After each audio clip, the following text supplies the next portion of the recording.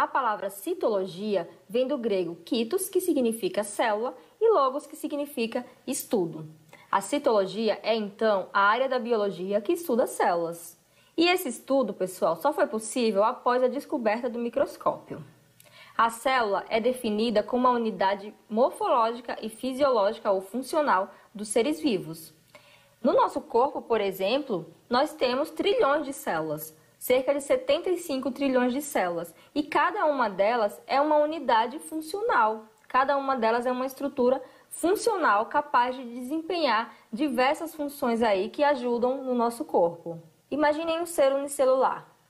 Uma bactéria, um protozoário, eles têm apenas uma célula. E dentro dessa uma célula, eles conseguem realizar diversas funções aí que permitem a sobrevivência deles. Agora eu vou contar um pouquinho de história para vocês. Vocês vão saber como que as células foram descobertas.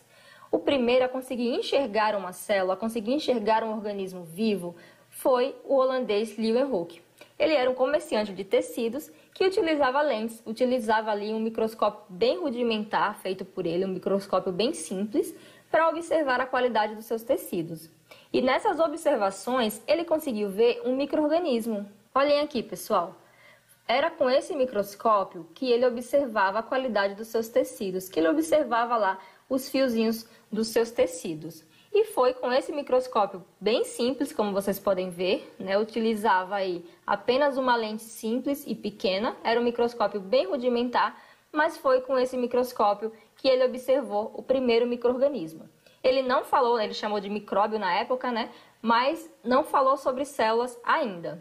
Em 1665, o físico inglês Robert Hooke construiu também o seu próprio microscópio e com ele observou pedaços de cortiça. Ele queria observar algumas características físicas da cortiça. Então ele pegou lá um pedacinho da casca da árvore, colocou no seu microscópio e ele observou mais ou menos essa estrutura aqui. Vocês estão vendo que tem uns espacinhos aqui? Ele descreveu que a cortiça era uma estrutura reticulada cheia de espaços vazios, preenchidos por ar. Esses espaços vazios ele chamou de cela. Cela vem do latim pequeno compartimento, pequeno espaço vazio. Como eram muito pequenininhos esses espacinhos, ele deu o nome de célula. Na verdade, pessoal, a cortiça é um tecido morto, é um tecido vegetal morto. Então, o que ele observou ali, aquela estrutura reticulada que ele observou, eram as paredes celulares de células mortas, de células que não estavam mais ali. Então, ele deu o nome de célula por causa dos espaços, mas não tinha célula mais ali. Era tipo o esqueleto de células que já tinham existido nesse tecido. Após a descoberta de Robert Hooke, o estudo das células foi se desenvolvendo muito. E em 1820, o escocês Robert Brown falou sobre uma estrutura muito importante para as células, que foi o núcleo. Na verdade, outros cientistas anteriores já tinham falado aí sobre um corpúsculo dentro da célula, mas eles não tinham dado tanta importância para esse corpúsculo, que foi aí a grande sacada do Robert Brown.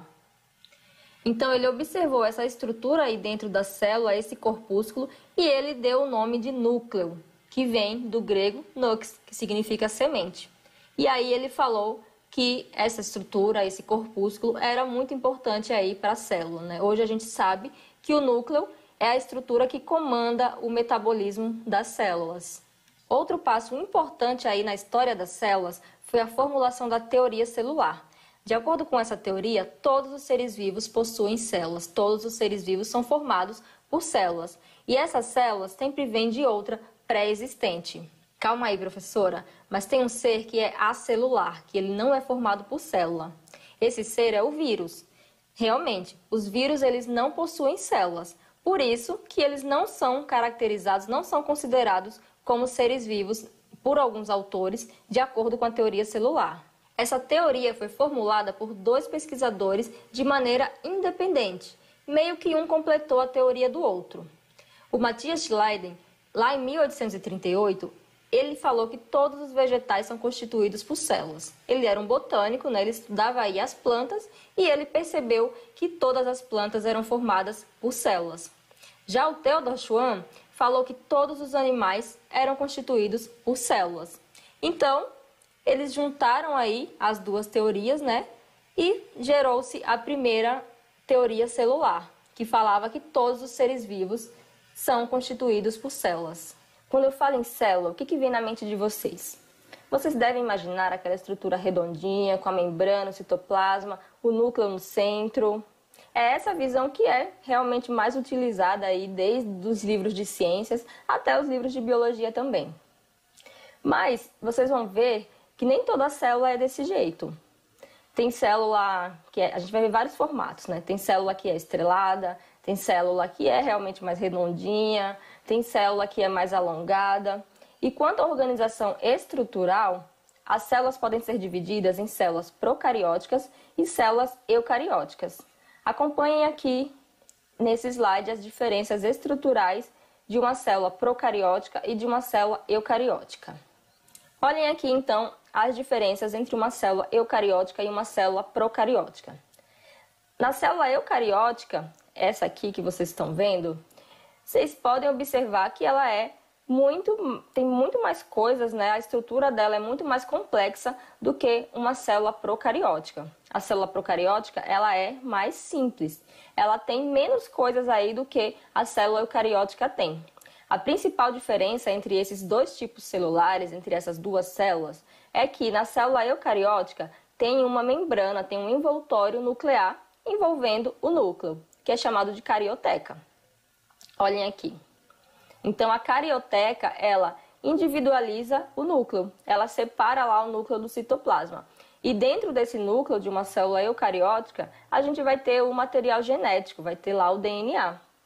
Já na célula procariótica, que é mais simples, o material genético ele está lá todo espalhado, todo misturado ao citoplasma. Já que a célula procariótica não tem uma carioteca para individualizar esse núcleo. Tá? Então, a principal diferença é que a eucariótica tem envoltório nuclear e a procariótica não tem esse envoltório nuclear. Além disso, olhem essas estruturazinhas aqui, ó, da célula eucariótica. São organelas. Cada organelazinha dessa aqui vai ter uma função dentro da célula. Então, vai ter organela para fazer a respiração da célula, vai ter organela para fazer a divisão da célula, vai ter organela para fazer a digestão da célula. Isso tudo a gente vai aprender mais lá na frente. Mas o que eu quero falar é que na célula procariótica, a única organela que tem é o ribossomo. Ribossomo é uma organela não membranosa, não tem membrana. Então, a célula procariótica não tem organelas membranosas. Além da membrana plasmática, na célula procariótica, tem também uma parede celular, que nas células eucarióticas animais já não tem, só tem as vegetais, como vocês vão ver no seguinte slide, no próximo slide. Quem tem esse tipo de célula procariótica? Quem são os seres procariontes? As bactérias. As bactérias, elas são assim, tem esse tipo de célula aqui, procarionte. Tem flagelo, que ajuda na locomoção, tem algumas fímbrias, que são esses filamentos aqui, que ajudam na reprodução da bactéria. E quem tem célula eucariótica? Quem são os seres eucariontes? Os outros, né? Os fungos, os protozoários, as plantas e os animais. Agora, quem vocês acham que surgiu primeiro na história da vida na Terra? Vocês acham que foi um ser eucarionte, uma célula eucariótica, ou foi uma célula procariótica, né? Um ser procarionte? Bom, existem as duas teorias aí. Existe quem acredita que foi um ser eucarionte que surgiu primeiro e tem quem acredite que foi um ser procarionte que surgiu primeiro. A teoria mais aceita é a de que o primeiro ser a surgir na Terra era provavelmente um ser procarionte, justamente por ele ser mais simples, né? Para ter uma célula daquela, para ser um ser eucarionte, é necessário de uma complexidade maior, de um tempo maior para gerar aquelas estruturas. Então, provavelmente, o que surgiu primeiro na Terra foi uma célula procariótica e não eucariótica.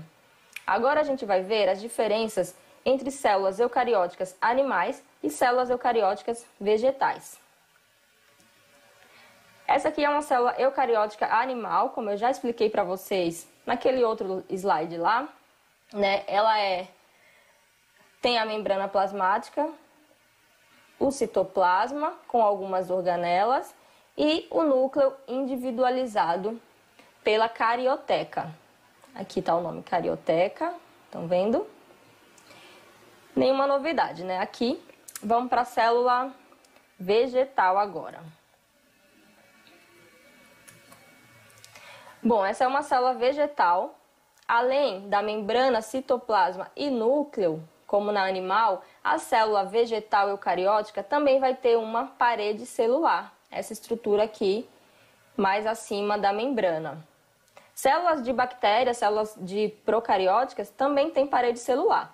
Mas a diferença é que na célula vegetal, a parede celular é formada por celulose. E na célula procariótica, na célula de uma bactéria, a parede celular não é formada por celulose, que é um carboidrato.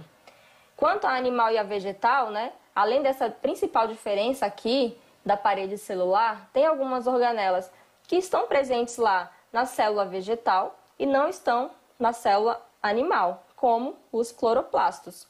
Cloroplastos são organelas que fazem fotossíntese, são responsáveis pela fotossíntese.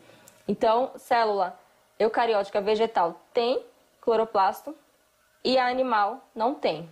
A célula animal também não tem um vacúolo tão grande aqui, como vocês estão vendo na célula vegetal, que serve aí para o equilíbrio osmótico da célula vegetal. Quanto ao formato, as células podem ser de vários tipos, como eu falei para vocês. Então, tem células que são redondinhas, que são esféricas, mas também tem células que são mais achatadas, tem células estreladas, tem células cúbicas, tem células alongadas, tem vários tipos de células. No próximo slide eu vou mostrar para vocês um pouquinho de algumas células aí que tem no corpo humano. Ó, aqui são as hemácias, né? São células sanguíneas, glóbulos vermelhos, e elas são células anucleadas, são células que não têm núcleo. Aqui tem uma célula, tem um óvulo, já é uma célula aí mais no padrãozinho, né? Já é mais redonda, esférica, tem um núcleo separadinho. Aqui tem células musculares, células do músculo que são mais alongadas, são células alongadas e elas são multinucleadas, elas têm vários núcleos. Aqui tem uma célula já bem diferente, né? É um neurônio, é uma célula estrelada em formato de estrela. E aqui tem um espermatozoide, que é o gameta masculino. Ele é uma célula flagelada. Quanto ao grau de especialização, as células podem ser chamadas células diferenciadas e células indiferenciadas. Quando tem a fecundação, a união lá do espermatozoide com o óvulo, essa fecundação vai gerar um zigoto. O zigoto é uma célula indiferenciada. Aí essa célula, esse zigoto, né, vai se dividindo, vai se transformando em embrião e depois suas células vão se especializando, vão se diferenciando em células da pele, em células musculares, em células sanguíneas, vai sofrendo aí essa diferenciação. Já as células indiferenciadas, a grande importância delas é que elas são chamadas totipotentes, ou seja, elas podem se transformar aí em qualquer tipo celular, em qualquer tecido. Olhem só. Então essas células aqui, que estão presentes, são células embrionárias, elas estão presentes aí no embrião, são células totipotentes, porque elas podem virar qualquer outro tipo celular. Essa é a importância delas aí para várias pesquisas, né? Elas são as famosas células-tronco. E sobre a quantidade de células em um indivíduo, eles podem ser unicelulares, quando tem apenas uma célula, e podem ser multi ou pluricelulares, quando tem mais de uma, quando tem várias células. Vejam alguns exemplos. Seres unicelulares, então, aqueles que têm uma célula só, né? A gente tem a bactéria, que eu já falei bastante para vocês, protozoários e algumas algas. Esses seres têm só uma célula. E os seres pluricelulares, que têm várias células, também chamados de multicelulares, são os fungos. Tem um exemplinho aqui, que é o cogumelo, é um exemplo de fungo. Tem os fungos, as plantas e os animais. Esse slide aqui é só para mostrar para vocês, para ficar mais claro, quais são essas partes de uma célula eucariótica. A membrana plasmática é essa aqui mais externa, né? Ela envolve e protege a célula. A gente vai falar sobre a membrana nessa aula ainda. O citoplasma, que tem lá as organelas responsáveis por várias funções dentro da célula, e o núcleo que está aqui delimitado pela carioteca. Dentro do núcleo nós temos o material genético e é o núcleo, né, que controla aí o metabolismo da célula, controla os mecanismos da célula. Agora que vocês já sabem as principais características de uma célula, nós vamos estudar a membrana plasmática. A membrana plasmática que é aquela parte que eu mostrei para vocês, aquela capa que envolve e protege a célula. A membrana plasmática é muito fina e elástica. Ela tem uma espessura aproximada de 8 nanômetros e só pode ser observada em microscópio eletrônico. Além de envolver e proteger a célula, a membrana plasmática tem uma propriedade muito importante, tem uma função muito importante aí, que é a de permitir a entrada e saída de substâncias da célula. Então, é através da membrana plasmática que a célula troca substâncias com seu meio externo. Porém, não é toda substância que consegue entrar ou sair da célula. Por isso, a membrana plasmática ela é dita semipermeável. Não esqueçam desse nome. A membrana plasmática tem uma permeabilidade seletiva. É ela que seleciona quem vai entrar, é ela que escolhe quem pode entrar e quem pode sair da célula. Quanto à composição, a membrana plasmática ela é lipoproteica, ela tem composição lipoproteica. O que é isso? Ela é formada por lipídios, que são os fosfolipídios, e proteínas. Os fosfolipídios eles formam uma dupla camada na membrana, uma bicamada lipídica. E as proteínas elas podem ser proteínas integrais, quando elas atravessam essa dupla camada de lipídios, ou podem ser periféricas, quando elas ficam mais na periferia da célula. Esse aqui é o modelo mosaico fluido, que foi proposto em 1972 por Singer e Nicholson. Então, eles falaram que a membrana tinha essa fluidez, que ela se movimenta. Sim, os fosfolipídios eles se movimentam e dão essa fluidez à membrana. São os fosfolipídios, quando fala em fluidez, está se referindo aí aos fosfolipídios. E quando fala em mosaico, está se referindo às proteínas que formam um mosaico na estrutura da membrana. Os fosfolipídios são esses daqui, essas bolinhas que estão em vermelho com essas perninhas. Os fosfolipídios, então, formam uma dupla camada de lipídios, formam uma dupla camada na membrana, ou também chamada de bicamada fosfolipídica. E as proteínas, elas podem ser integrais, quando elas atravessam essa camada de lipídio, né, ela atravessa inteira, ou elas podem ser periféricas, quando elas ficam aí na periferia, ficam mais externamente à membrana. As proteínas, essas proteínas integrais, elas são muito importantes porque elas ajudam no transporte de algumas substâncias para dentro da célula. Como eu falei para vocês, a membrana ela é seletiva, ela seleciona as substâncias que entram e que saem da célula. E as proteínas ajudam algumas substâncias que são maiores, algumas moléculas maiores, como a glicose, que precisam entrar na célula, mas não conseguem por causa do seu tamanho. Então, as proteínas integrais, já que elas atravessam a membrana, elas mudam a sua conformação, elas mudam o seu formato e ajudam aí a glicose e algumas substâncias a entrar na célula. Quanto aos fosfolipídios, vamos falar deles agora.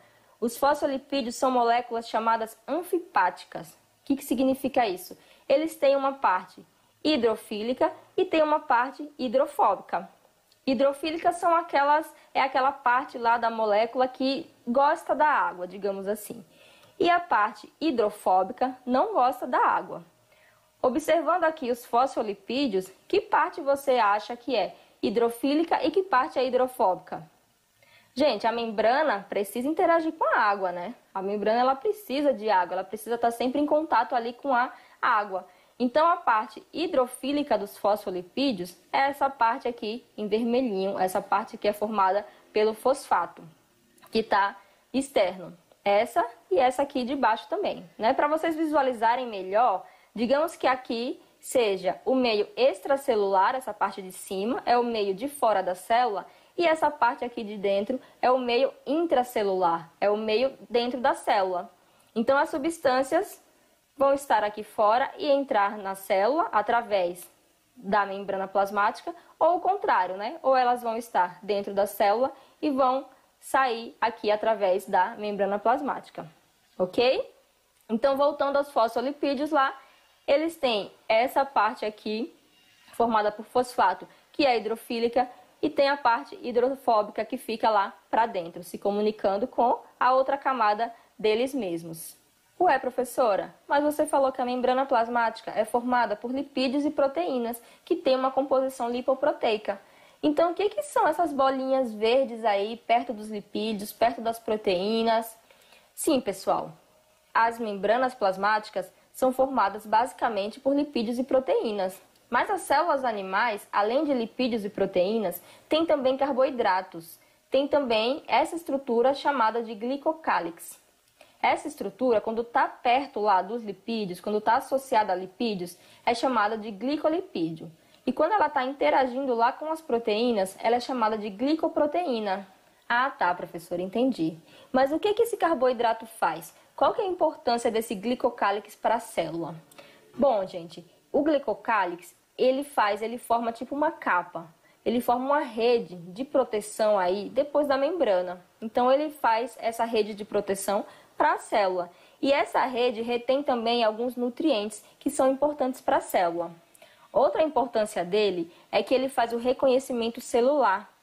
Ou seja, cada indivíduo vai ter um tipo de glicocálix. Cada célula, cada tipo celular vai ter um glicocálix diferente. E isso ajuda no reconhecimento celular, né? Por exemplo, na formação do embrião, na diferenciação lá das células, o glicocálix vai identificar esses tipos celulares. Uma célula da pele vai ter um tipo de glicocálix, uma célula do rim vai ter outro tipo de glicocálix, uma célula do estômago vai ter outro tipo de glicocálix. E assim, ele faz esse reconhecimento celular, que é importante também no transplante de órgãos, né? Na hora de reconhecer órgãos transplantados. Está muito ligado aí também, no caso, à rejeição, né? Já que são diferentes, na hora de um transplante, que eu espero que vocês nunca precisem, na hora de um transplante, teria que achar um doador com um glicocálix mais semelhante ali ao seu. Mas e os seres que não têm glicocálix? Eles ficam sem essa proteção externa aí da membrana? Não, gente. Os seres como plantas, fungos, bactérias, eles têm a parede celular. Lembram lá que eu mostrei para vocês no slide sobre células vegetais? Então, a parede celular, que também é composta por carboidratos, também tem carboidrato na sua composição, ela serve para proteção da célula, proteção da membrana plasmática. E o que muda entre esses seres aí que eu falei é a composição. Nas bactérias, a parede celular é formada por peptidoglicâmidos. Nas plantas, a parede celular é formada por celulose. E nos fungos, a parede celular é formada por quitina. Todos são carboidratos aí. Agora que você já manja a composição da membrana plasmática, as suas funções e as suas principais características, está na hora de aprender sobre as suas especializações. As especializações da membrana plasmática ajudam na função celular. Então, bora lá aprender quais são essas especializações da membrana. A primeira especialização que eu quero falar para vocês é chamada de microvilosidades. Essas microvilosidades são essas voltinhas aqui que a membrana plasmática faz. Qual que é a função dessas microvilosidades? Elas aumentam a superfície de contato da célula com o meio externo. E com isso, elas aumentam também a eficácia de absorção. Nós temos, por exemplo, essas microvilosidades nas células epiteliais do intestino. E o intestino absorve o quê? Serve para quê? Para absorver nutrientes, né? Então, as microvilosidades ajudam aí nesse processo de absorção de nutrientes pelo intestino.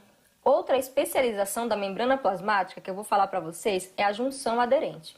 A junção aderente é um complexo proteico, ele é formado ali por algumas proteínas que fazem uma barreira. Ele está ali nas junções entre algumas células, principalmente do tecido epitelial, e eles fazem essa barreira aí que não deixa o líquido extracelular, não deixa nada passar entre essas duas células. Essas aqui, pessoal, são as junções aderentes. Estão vendo aí de rosinha? Então, a função dessas junções aderentes é justamente aderir às células e não deixar nada passar entre essas células. Ela está presente, como eu falei para vocês, nos tecidos epiteliais, unindo mais ainda aquelas células que já são ali bem juntinhas. Os desmossomos são junções celulares que unem uma célula à outra. Mas um detalhe, ele é formado por duas partes. Uma parte vem da membrana de uma célula e a outra parte é da membrana de outra célula. Ó, os desmossomos, eles parecem uma presilhinha, eles funcionam como uma presilha que une essas duas células. Essa parte daqui faz parte de uma célula, é a membrana de uma célula, e essa parte aqui é a membrana de outra célula. Os desmossomos, eles estão presentes aí muito no músculo, né? Então, ele une aí células musculares. As junções gap, também chamadas de junções comunicantes, são canais que permitem a comunicação entre células vizinhas. Olha só que legal, né, gente? As células, elas conseguem se comunicar, elas conseguem trocar substâncias ali, tem um intercâmbio de substância entre células vizinhas através dessas junções.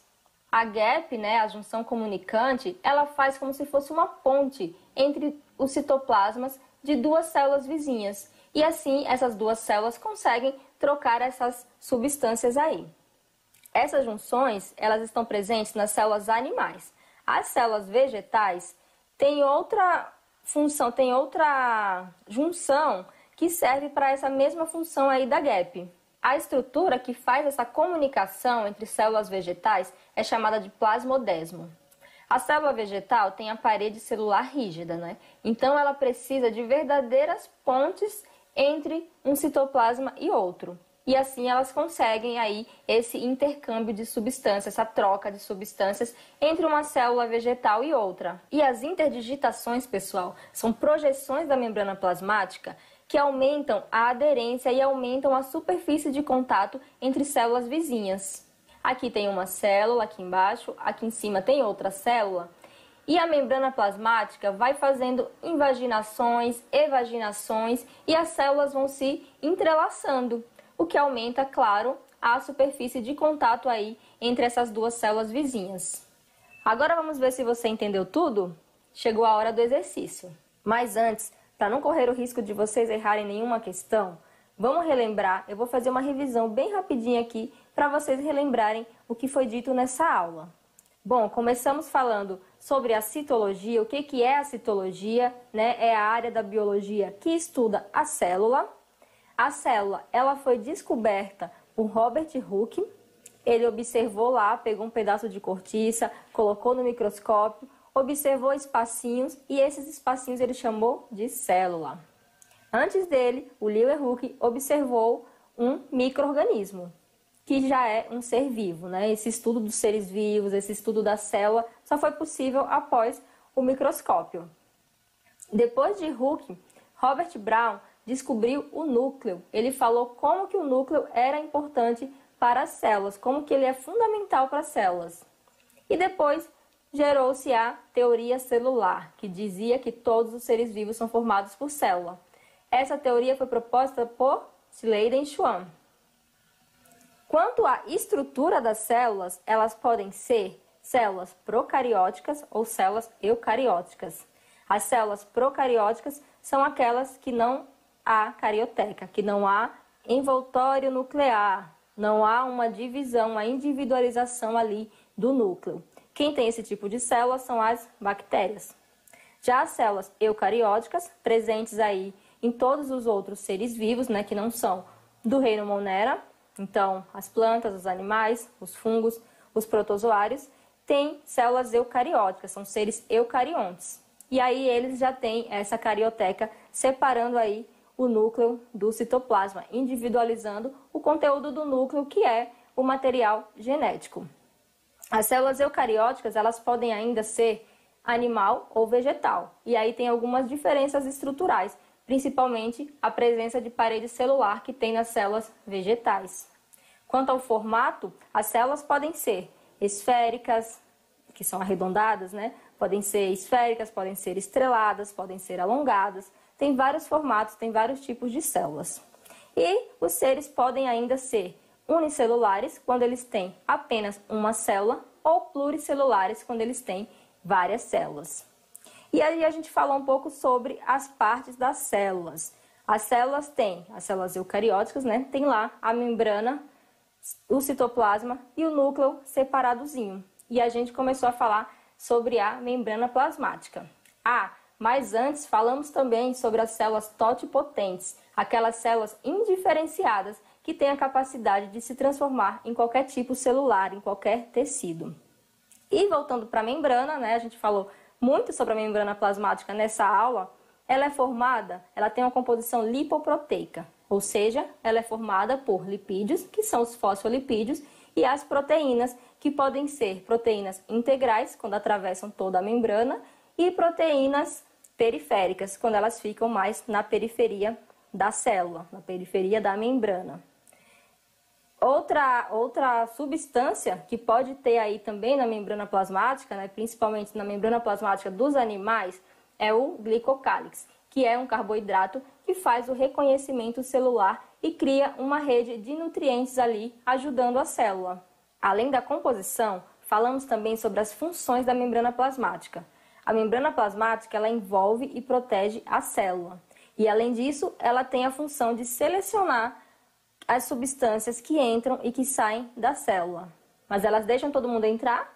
Não. A membrana plasmática tem permeabilidade seletiva. Ela é semipermeável. Só algumas substâncias conseguem entrar na membrana, conseguem atravessar aí do meio extracelular para o meio intracelular ou o contrário, né? Ou vice-versa, conseguem sair da célula, passar do meio intracelular para o meio extracelular. E aí eu contei para vocês que as membranas plasmáticas, elas fazem especializações. Elas têm especializações que ajudam na função celular. Quais são essas especializações? As microvilosidades, que aumentam a superfície de absorção, aumentam a superfície de contato ali entre células. As junções aderentes, que são aquelas junções célula a célula, né? Junta ali duas células e formam uma barreira para que não passe nada entre essas duas células. Elas estão lá nas células epiteliais, né, e não deixam passar o líquido extracelular, o líquido de fora da célula. As junções gap, que formam canais de comunicação ali entre duas células vizinhas. Nos vegetais que não tem gap, quem que faz essa comunicação? Quem que faz essa ponte aí de um citoplasma para outro?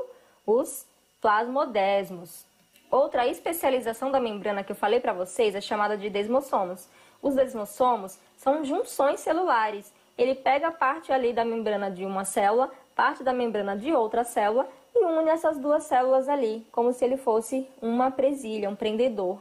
E por último, eu falei sobre as interdigitações, que são projeções da membrana plasmática que aumenta a adesão entre as células. Agora sim, vocês estão prontos para responder o exercício. Bora lá! Eu separei aqui 4 questõezinhas que caíram em anos anteriores em alguns vestibulares e tem a ver com a nossa aula de hoje. Então eu vou ler aqui para vocês. Essa primeira caiu na UERJ em 2019. Macromoléculas polares são capazes de atravessar a membrana plasmática celular, ou seja, moléculas grandes. Elas conseguem atravessar aí a membrana plasmática, passando do meio externo, que é chamado extracelular, para o meio interno, que é o meio intracelular. Essa passagem é possibilitada pela presença do seguinte componente na membrana plasmática. O que tem aí na membrana que ajuda essas macromoléculas, que ajuda essas moléculas grandes a passar, a entrar ou a sair da célula? Na letra A, açúcar. Açúcar é um carboidrato, né, no caso aí. Açúcar, B, proteína, C, colesterol, D, triglicerídeo.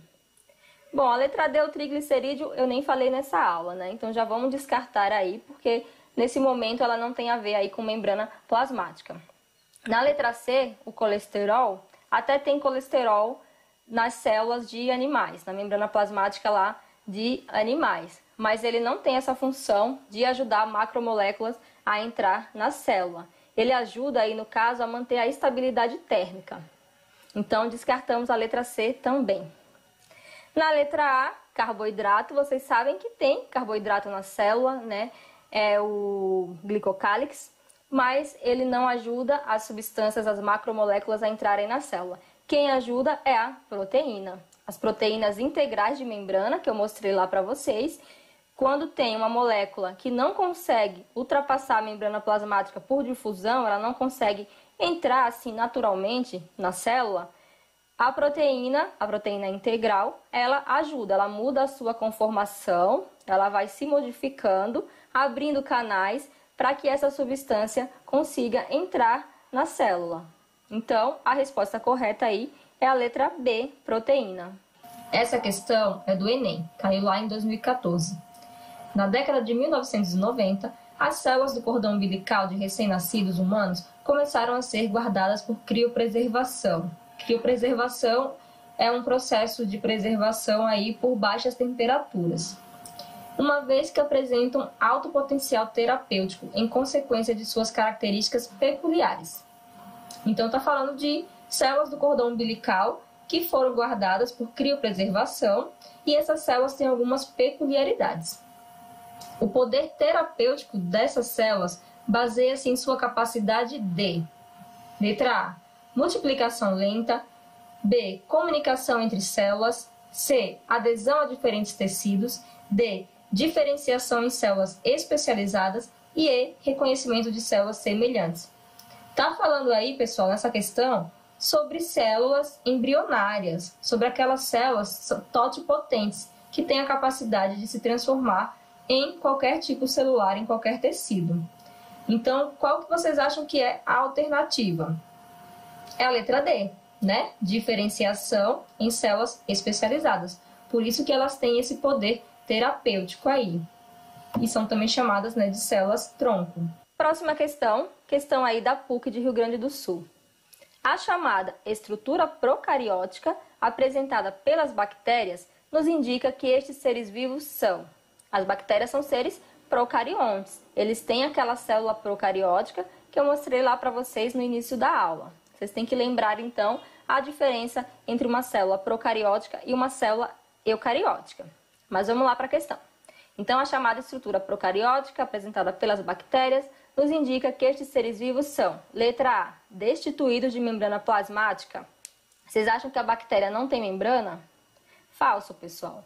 Todas as células têm membrana plasmática. Então, a letra A a gente já pode descartar aí, está incorreta. Letra B, não apresentam parede celular.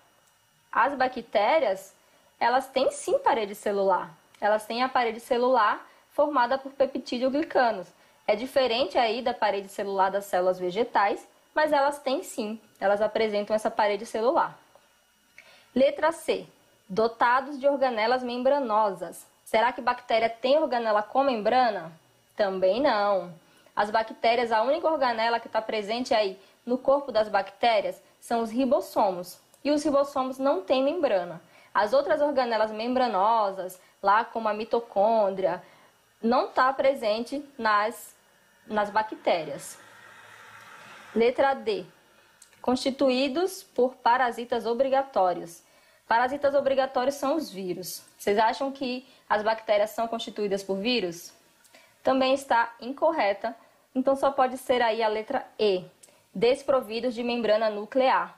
Sim, as bactérias, as células procarióticas, elas são desprovidas, quer dizer, elas não têm a membrana nuclear, que separa o citoplasma do núcleo, que individualiza o núcleo. Essa membrana é também chamada de carioteca.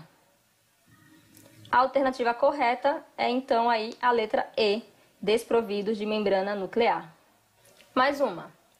As células animais apresentam um revestimento externo específico, que facilita sua aderência, assim como reações a partículas estranhas, como, por exemplo, as células de um órgão transplantado. Esse revestimento é denominado, eu falei bastante sobre essa estrutura, né, pessoal? Essa estrutura que está presente aí na membrana de células animais.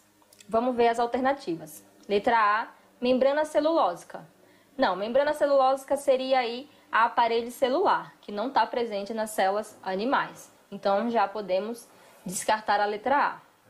Letra B, glicocálix. Vamos falar já sobre ela. Letra C, microvilosidades. Eu estou indo aqui por eliminação, tá? Por isso que eu deixei a letra B ali de lado, a gente já volta nela. Letra C, então, microvilosidades.